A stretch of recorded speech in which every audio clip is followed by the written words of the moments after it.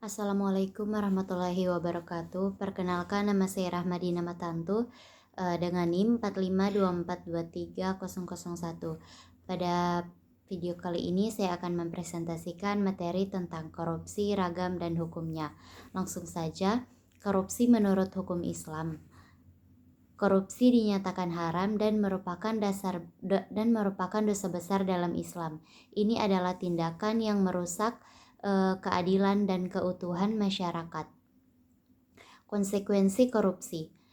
Korupsi menyebabkan kerugian finansial yang besar dan juga dapat berakibat fatal bagi kesehatan masyarakat. Peran pemerintah.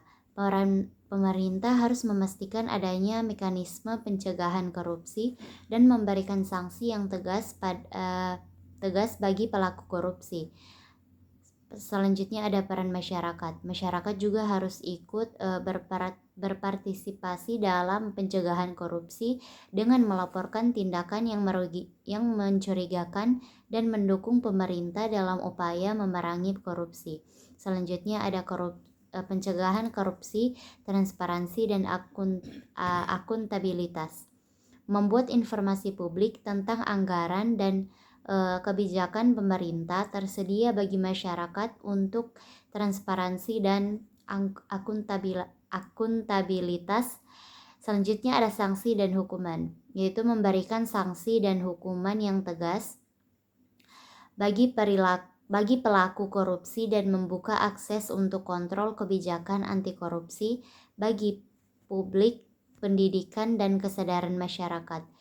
Selanjutnya, memberikan pendidikan perlunya pencegahan korupsi bagi masyarakat dan meningkatkan kesadaran bahwa korupsi merugikan masyarakat.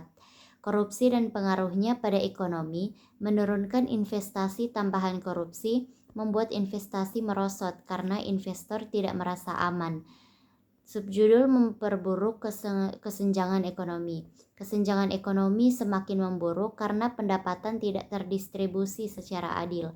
Kerusakan sistem perpajakan korupsi membuat sistem perpajakan memburuk karena banyak pajak tidak terutang yang harusnya digunakan untuk pembangunan.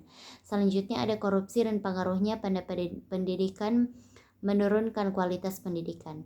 Anggaran pendidikan disalahgunakan dalam korupsi, sehingga kualitas pendidikan merosot dan meningkatnya jumlah murid dalam suatu kelas. Kurangnya pemerataan pendidikan. Korupsi mengakibatkan pemerataan pendidikan sulit dicapai, memburuknya fasilitas pendidikan. Korupsi membuat pembiayaan pendidikan disalahgunakan sehingga pendidikan kurang fasilitas. Hukuman bagi para korupsi yaitu penjara. Pelaku korupsi dapat dijatuhi hukuman penjara yang berat, tergantung dari tingkat kerugian finansial dan tingkat korupsinya.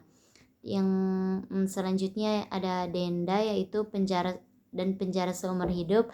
Sejumlah kasus korupsi memiliki dampak buruk yang signifikan pada seluruh masyarakat dan dapat mengakibatkan hukuman penjara seumur hidup pada pelaku korupsi. Hukuman denda dan pengembalian kerugian negara yang dilakukan sebagai akibat dari perbuatan korupsi.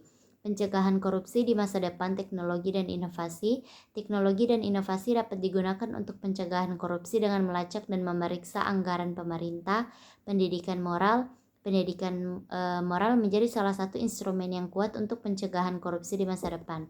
Selanjutnya ada kesadaran masyarakat, yaitu kesadaran masyarakat melalui akses terhadap informasi sangat penting untuk memastikan bahwa pencegahan korupsi dapat dipahami dan diterima oleh seluruh masyarakat. Mungkin itu saja yang dapat saya sampaikan. Lebih dan kurangnya mohon maaf. Assalamualaikum warahmatullahi wabarakatuh.